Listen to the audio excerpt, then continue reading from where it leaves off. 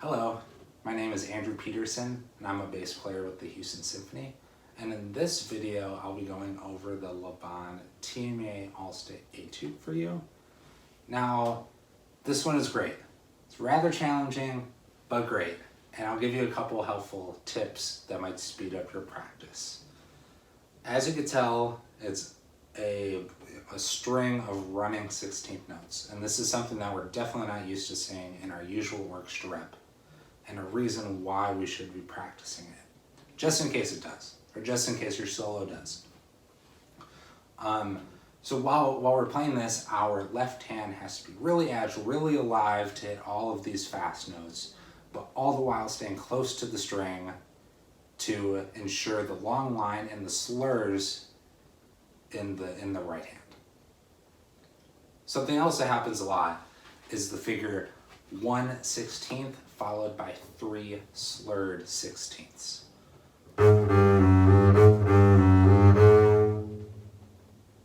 For this, you have to travel about 3/4 of the way on the bow in 1/16 note, and then come back to the frog in the next 3. So use a faster bow with less weight on the singular note, followed by a slower bow with more weight for the next 3. And I would practice this just on the C major scale, for instance. Counting out loud to 4. 1, 2, 3, 4. 1, 2, 3, 4. You could start slow, obviously, and then work this up to about performance tempo of the piece. Something that you might notice that's happening is that the down bow is jumping out. If that's the case, use slightly less weight.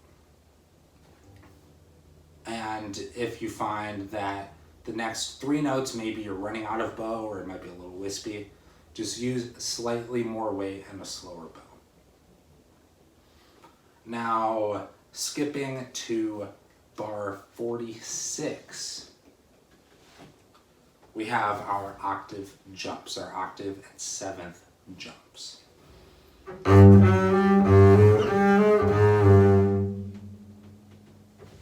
A tendency, and I'll exaggerate, is for us to ensure, in order to ensure that we have enough time for the shift, we slightly cut off the second note of each slur.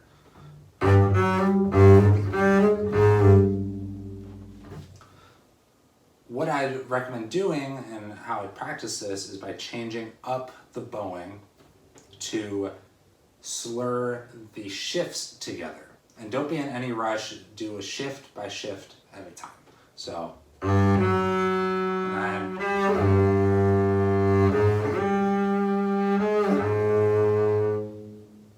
yes, it sounds rather slidey, but with the written bowing, we won't hear the slide like that in real context.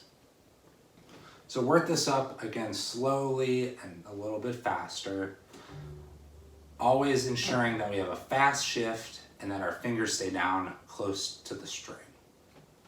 Once you feel comfortable, then slur 4 together.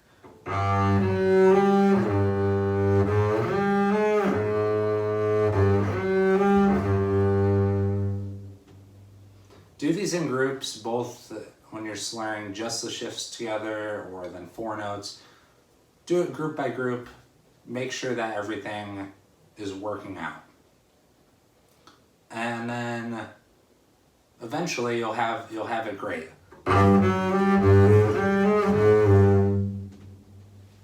The last thing that I'll mention is in bar 62. We have a high A. High A's are scary, but I'll give you a good way to practice this. Starting in bar 61, 1 bar before, I like to keep all of these notes under the slur in one position. So, and then shift up, first finger A on the D string.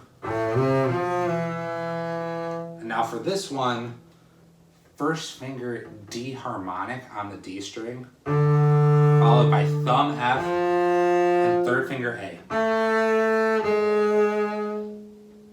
So going just group by group again, don't be in a rush, just do it, make sure each one is working out just fine.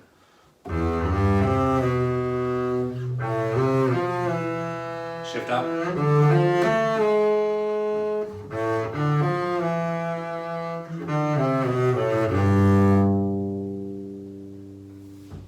Start slow, work your tempo back up, then do maybe 2 groups of 4 at a time, a little pause, then the next 4.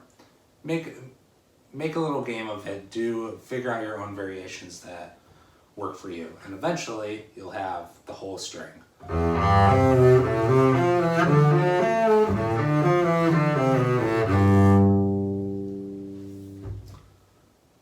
So, I will start at bar 33, where the excerpt begins, and play it until the end.